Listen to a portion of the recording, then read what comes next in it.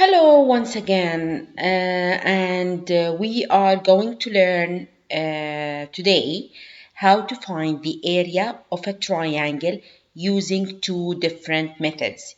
Yet you have to understand both. So in this triangle here, they told us that side A is equal to side B is equal to side C, and they're all equal to 0.8. So all sides in this triangle are equal, which means, so if this is side A, the opposite angle to it, let's forget this H, let's forget BD. We're talking about triangle ABC. So if this side is A, the opposite angle to it is A capital. If this is B capital, then the opposite side is B, which is equal to 0.8. And if this is C capital, the opposite side to it is C, which is equal to 0.8 meter.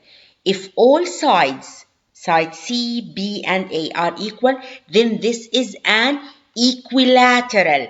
And in an equilateral, all angles are equal and they are equal to 60 degrees because angles in a triangle add up to 180. 180 divided by 3 equal angles, it means each angle is 60 degrees.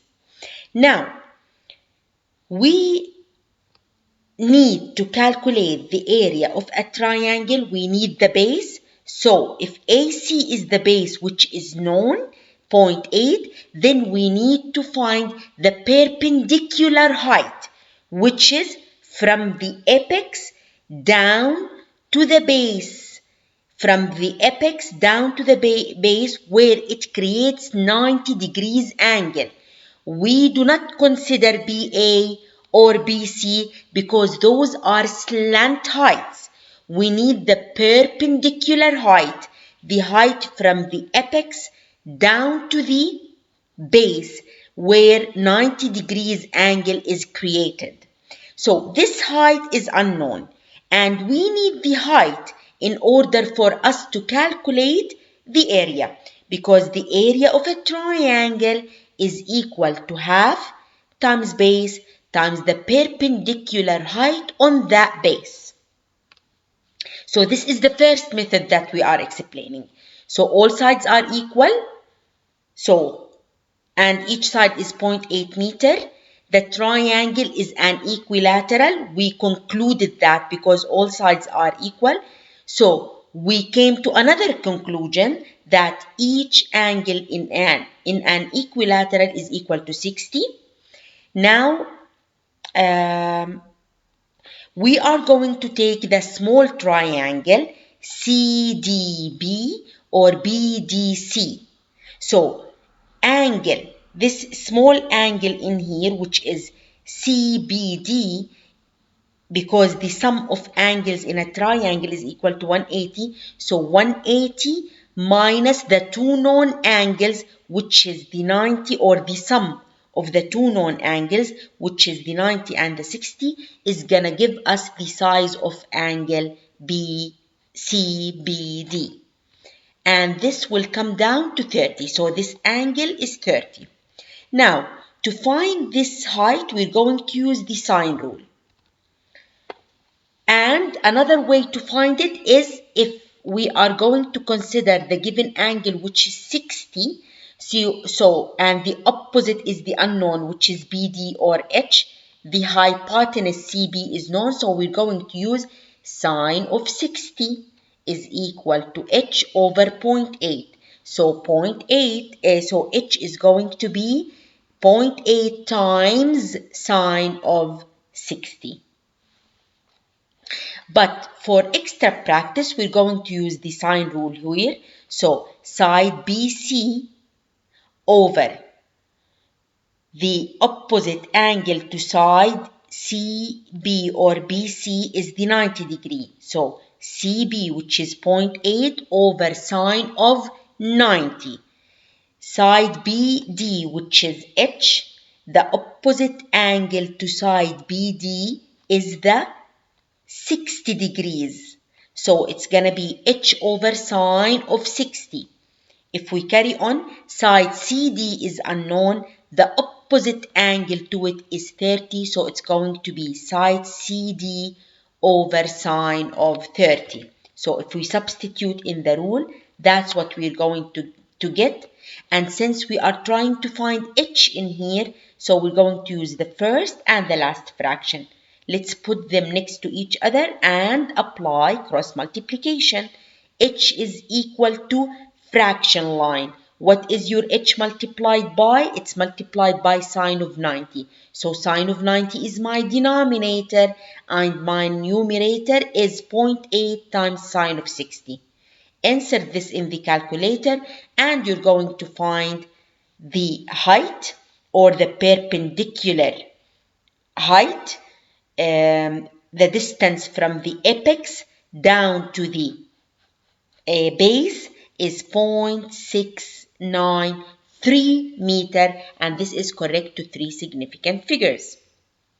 So we found the height, we know the base, we're going to use the formula which states that area of a triangle is half times base times the perpendicular height, which is equal to, the base is 0.8, the perpendicular height is 0.693, and if you insert this in the calculator, you're going to find the area of this triangle as 0.277 meter squared. This is correct to 3 significant figures.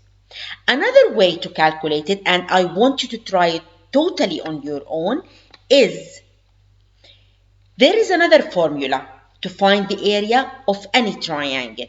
It's half times side 1 times side 2 times sine of the angle between the two sides. So, if we consider this side as 0.8, it's known, and this side as 0.8, which is known, and the angle in between is 60 degrees. Then, how do we apply the new rule?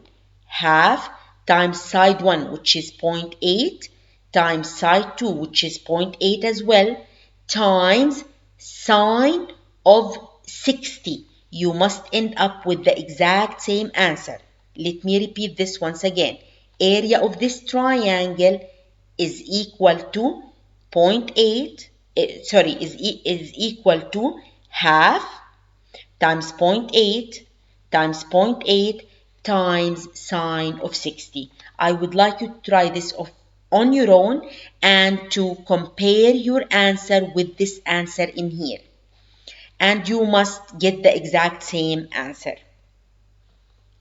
Let's try with this question here using the last rule that we used in finding the area of the previous triangle. And the new rule that we learned is area of a triangle is equal to half times side 1 times side 2 times sine of the angle between the two sides. But in this question, they gave us the area of the equilateral. So let's draw the equilateral. And as we explained before, all sides are equal and each angle is equal to 60 degrees in any equilateral. Now, they gave us so let's call each side as an n because we don't know. So if this is n, then this is n and this is n, because all sides in an equilateral are equal. And they gave us the area of this triangle as 50 centimeters squared. They want us to find the length of the side. They want us to find n, the length of each side in this equilateral. Let's use the formula. Area of a triangle is equal to half times side 1 times side 2 times sine of the angle between the two sides. Now, side 1 is n and side 2 is n, and we must replace the area of triangle with 50. So let's substitute. So we wrote the rule. Let's substitute in the rule. So area of the triangle is 50. So we replaced area of triangle with 50. Half is part of my rule. The first side is n times the second side is n as well, times sine of the angle between the two sides is 60. Let's simplify this. N times n is n squared. When we are multiplying two expressions, coefficient times coefficient, and we add the powers. So it's going to be, the 1 over 2 can be written as 0.5, and 1n times 1n, it's going to be 1n squared.